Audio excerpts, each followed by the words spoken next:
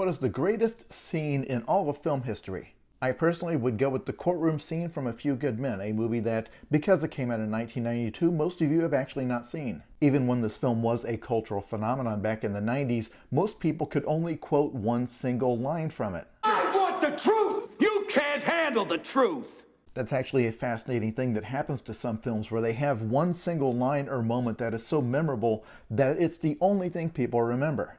But the courtroom scene where that moment comes from is a masterclass in writing, specifically a masterclass in writing an antagonist and in writing a conflict between that villain and the hero. So the setup for that scene is that a couple of Marines have been accused of killing another recruit. He has died in what appeared to be a hazing incident, and Tom Cruise's character has been assigned to act as their defense attorney. And his defense of them is that they were actually ordered to do what they did by Jack Nicholson's character, Colonel Jessup. Now the key here is that Tom Cruise's defense attorney character is a glib, egotistical jerk. He is in the military but has not seen combat and is from an entirely different world from the grizzled old Colonel Jessup, who spent his entire life in the military during the Cold War.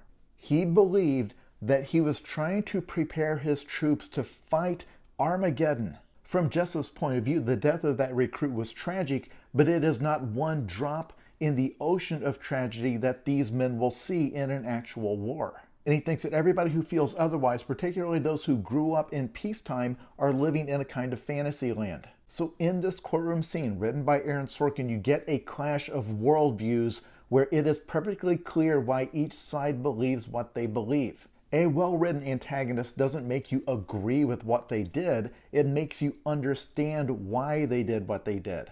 I have neither the time nor the inclination to explain myself to a man who rises and sleeps under the blanket of the very freedom that I provide, and then questions the manner in which I provide it. But what Tom Cruise's character ultimately does is point out the contradiction at the heart of it. That Colonel Jessup believes that in order to win the next war, there must be absolute zero tolerance for anybody who does not have discipline. That he needs a unit that operates perfectly within the rules. It does not deviate by even 1 millimeter. But he does not want that same standard applied to himself. He believes that in order to do his job, he should be allowed some leeway within the law. That he wants the right to rule mercilessly, but when he himself breaks the rules in order to do that, he wants to be shown mercy himself. If I was to teach screenwriting, I would use this film and that scene as my example.